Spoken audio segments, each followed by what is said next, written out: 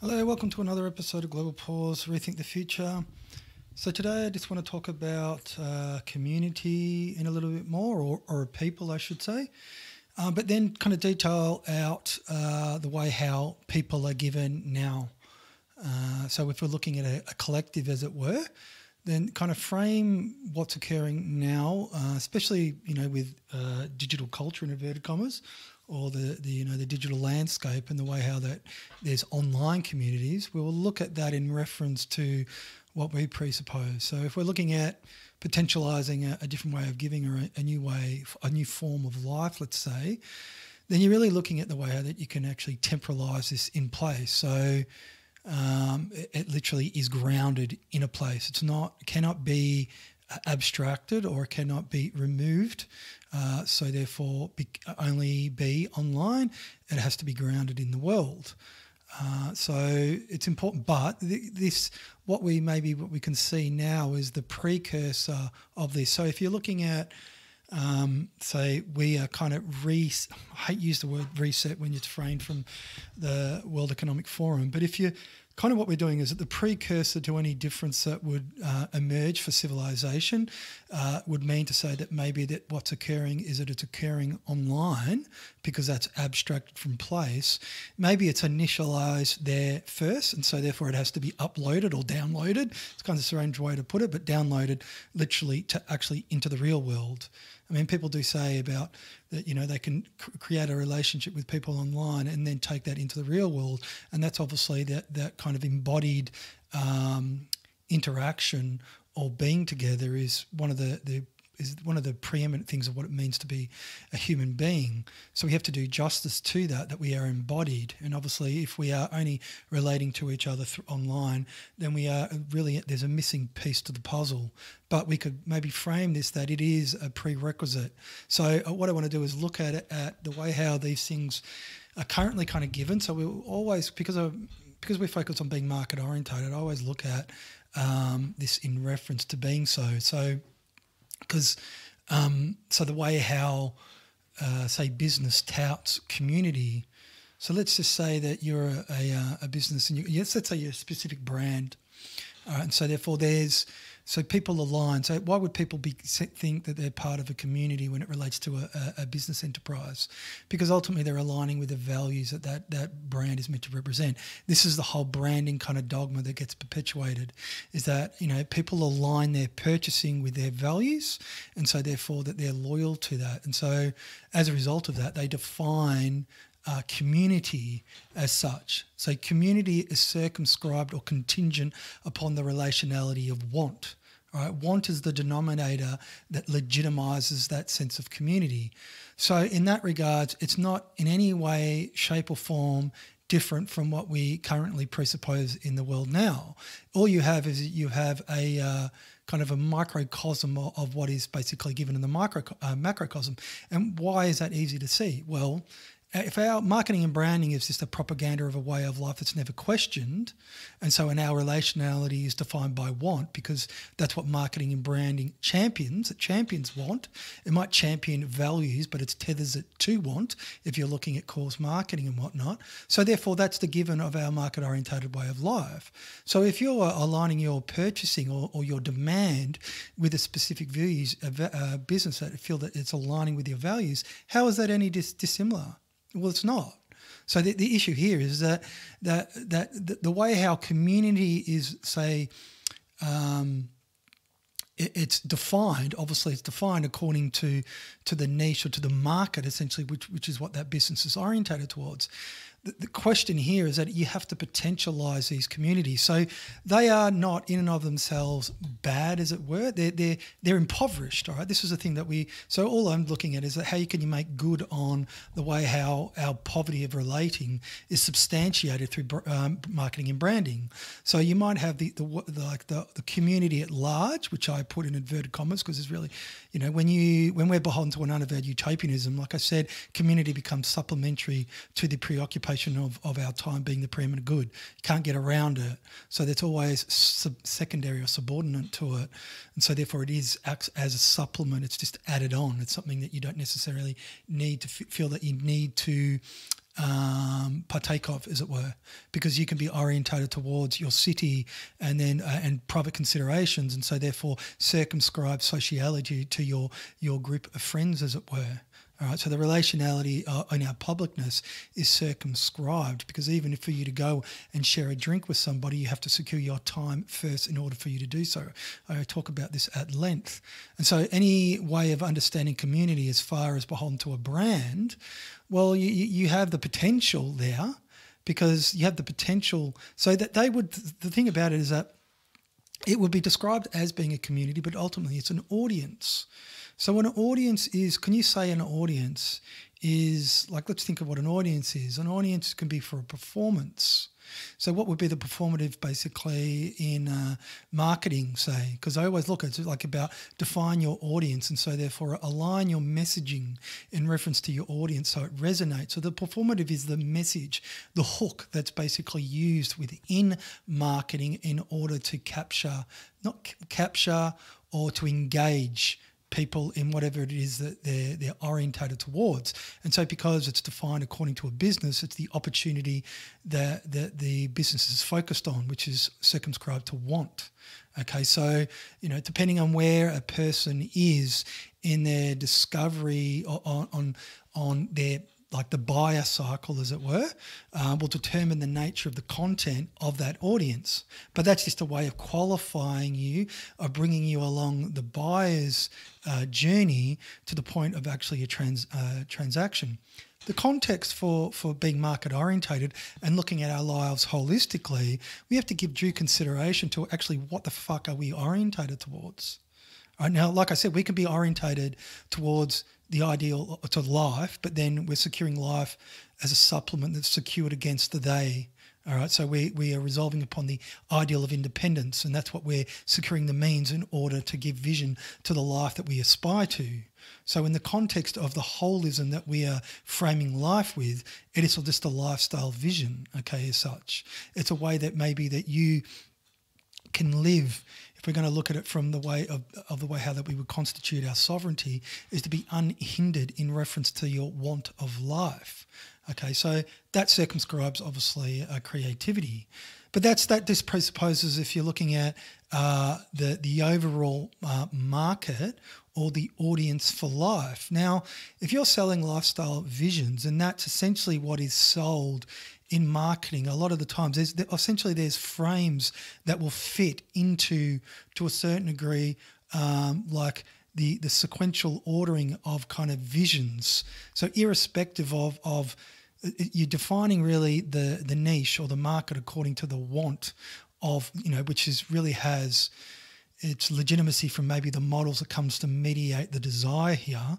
But invariably they work off a way of framing, stages, as it were, or micro moments, or like capturing a vision of what constitutes the good. And so therefore that's the thing that we disinhibit ourselves towards, because that's ultimately, people want a sense of life and joy and love and connection and creation.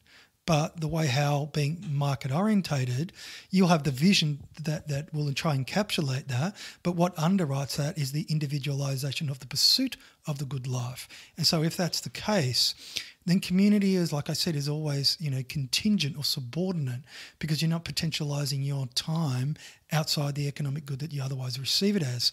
So when you're looking at, audiences are a poor substitute for community.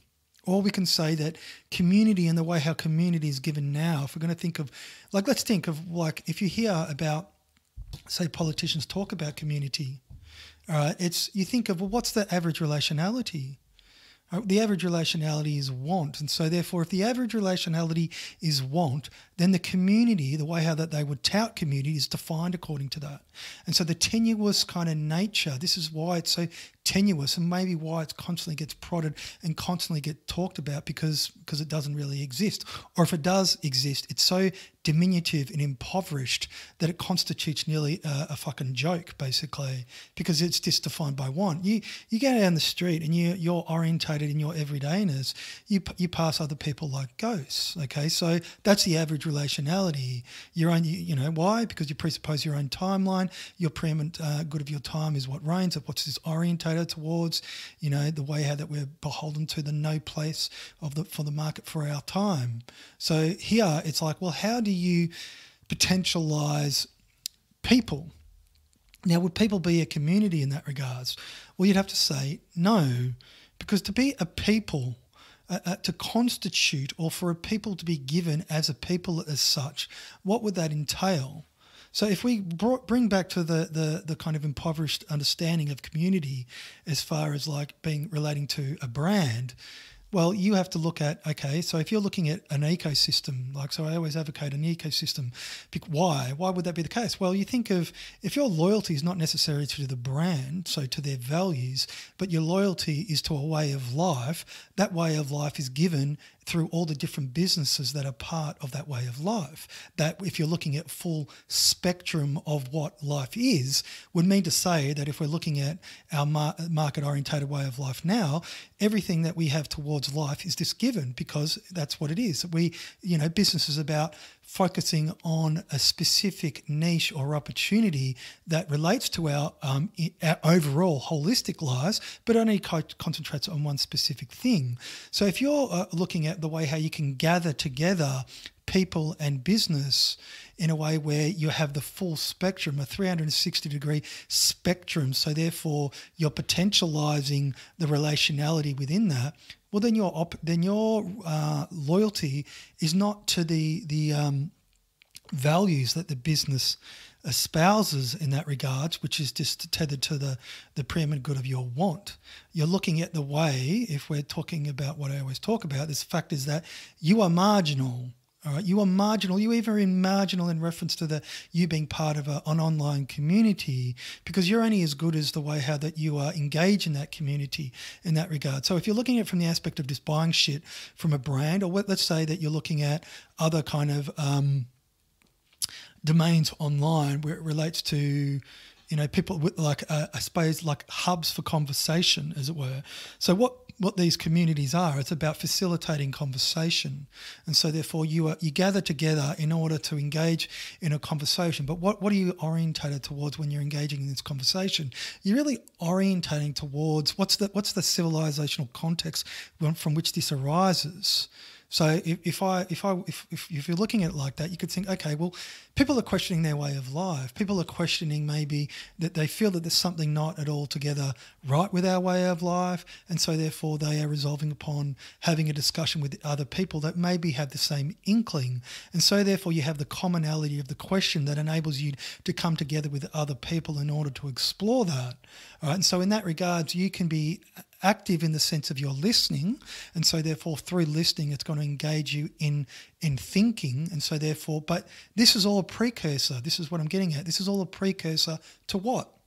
Well, to obviously doing fucking something, because otherwise it's just masturbation. Otherwise, what we're going to do is you're going to have all the potential of these little communities, as it were, and you're looking at, okay, potentializing thinking. So trying to get an insight into what we're dealing with, all right, the underlying cause, but not only that, but then to see through that, and then to see how you can become, so your contribution, so at the moment you might be a passive listener, is the way how you can contribute to actualizing something that through your active listening you have a kind of firmer grasp.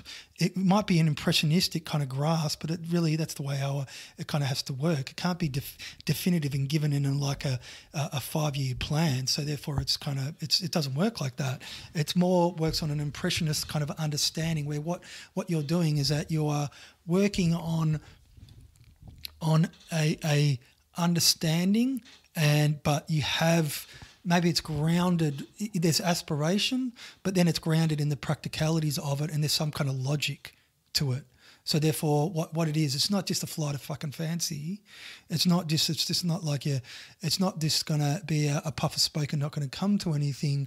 You know, if it has something that it makes sense, I suppose. So a lot of these communities, if they're online, it's about trying to make sense of the world. So to make sense of the world means to say that you can't make sense of it now. So there's something that's basically inhibiting our ability to do so. So to potentialise a community in that regards is very much a prerequisite in order to try crystallise this down into a commonality. So a shared kind of ethos, which is underpinned by the precursor or all the work that's done prior that maybe finds refuge at the moment in online communities, but then it has to basically pour itself, you know, download onto the earth, for a better way of bloody describing it, to actually come into the real life where the relationality that you have maybe with people in that regards is then embodied in the praxis maybe, or in what you do to potentialize life. So in that way, that's when you are the people become a people. How do people become a people? Well, they become a people with what is common. So I always come back to what is common. So you look at all the disparateness that's around the planet, and the one denominator, this is the thing, the one denominator is that we are given as consumers of life. And what does it mean to be a consumer? It means to be that you are passive, that you're sheared of agency, that you've given no credit, or if the credit is extended to you is for your want of life. Okay, you don't create the world, all right? The world is a given and it's managed on your behalf, all right? And so that's essentially what our politics is beholden to, and that's both left and right. So when you're looking at, okay, well, I am looking at, I'm engaging in a conversation, I'm actively listening, and so therefore I'm trying to make sense of the world. Why? Because there's a potential for me to act in a way that I can contribute in the way that I deem fit, or that I can in some kind of way.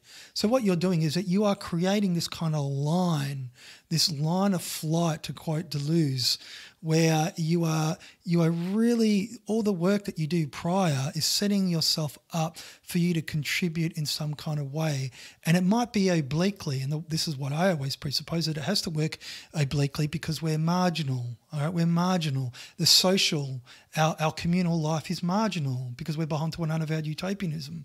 So you can't intentionalise this as an intentional community and go be like the hippies back in the 60s, all right? You might be able to do that if there is a inherent kind of like commonality or intimacy of people, but we're not like that. We're marginal in reference to the sociality. So therefore, if we are that, then it's done obliquely, it's done marginal, it's done in fits and starts. But the whole thing about fits and starts is that you are spinning something, you're doing something that you otherwise wouldn't do to move something that otherwise wouldn't move. All right, and so therefore coming in on an angle and not addressing something head on is a way that your act, your turn, turns this thing in an incrementally. But if you are like another person that's doing exactly the same thing and you move something that's, say, like 10 centimetres, let's just say, to take the metaphor to the nth degree, and yet somebody else comes along and is doing the same thing, 10 centimetres here, another person 10 centimetres, and what you're doing is that you're moving something, you're all pushing something around that is starting to move.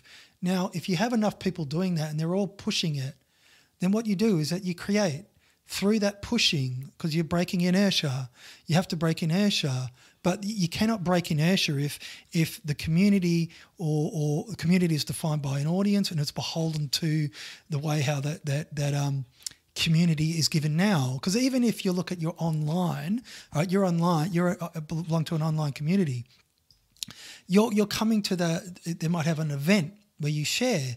So you got to give context to, okay, I have gone and I'm listening to somebody, all right, but how is my time given to me in order for me to do so? All right, so this is the one thing that we don't give due consideration when we're looking at anything. And I always say that our time is an economic good, irrespective of whether or not it's your labour or your leisure. So you are spending your time as an economic good, all right? Even if you're listening to my bullshit for all of the 20 minutes that I might talk, that 20 minutes that you have secured as a supplement is no less an economic good. It's whether or not you can take the 20 minutes and potentialize beyond the economic good. Okay, so when you're looking at being part of an online community, that's essentially what we have to recognize, that the one thing that compromises our ability to create community. Because if creating community, you have to understand the way how you're compromised in reference to it for it to always be subordinate to the preeminent good that you're always focused on. Now, like, what is that? Well, I always tell you have to potentialize your time beyond the economic good to temporalize place for a common surpassing. So you literally have to have a praxis that enables any form of community that would be given. And I'm saying this is any single community on the face of the planet now. If where market dynamics reigns as far as the arbiter for the future, and that's looking at the way how our time is captured, it's a mechanism to capture our temporality, then it means to say that there's totalizing. So any sense of community, whether or not it's a church, whether or not it is an online community, whatever it is, unless it has a way where you're potentializing your time beyond the way how that you receive it as an economic good, and there might be very, very few rare exceptions where this is the case. All right. So if you're looking at that, and so you're looking at, we always look at, our forebears, the ancients, in a way that there's maybe some kind of, I don't know, I won't say romanticism, but let's just say that it is. Well, what would it be? It would be that their time is not compromised in the sense that it's their way of life was totalizing as far as their time being an economic good. Okay, so if I was to secure, my labouring or my necessities of life, it's because I'm making good on my time, but not as an economic good, just on my time. All right, just the time that I have to create. There wasn't a constraint that was working on you in order to substantiate, say, a form of efficiency in order to produce more than you need. All right, so therefore you're making a return on your effort as such. Why would you need to do that when you've got a culture that enables a common surpassing? This is the whole issue. So if you're looking at the precursors to a people, you can find them here and there, but if there's nothing that underwrites their aspirations or for them to even lay claim to either being a community as such, that they don't potentialise their time beyond the way how that they receive it as an economic good, then they are beholden to the mechanism that they are not giving due regard to. And so as a result of that, if they are looking at trying to make sense of an issue, and so therefore through the active listening, they're not addressing that, then what are they addressing? It's going to be circumscribed if you're going to be looking at change. Is it still going to be captured by the same dynamics that enables any change to be supplementary, because you're not looking at the underlying issue? But that's not to say that there's not something within the development, especially when it relates to online, that is a precursor to something else that we could say is almost like a necessary condition that is there in potential, but that's just waiting for the moment in order for it to crystallise in a manner where it can maybe do due regard to the aspirations. It's maybe percolating kind of at the moment, and that's the only hope that we can hope for the future. Anyway, until next time, take care.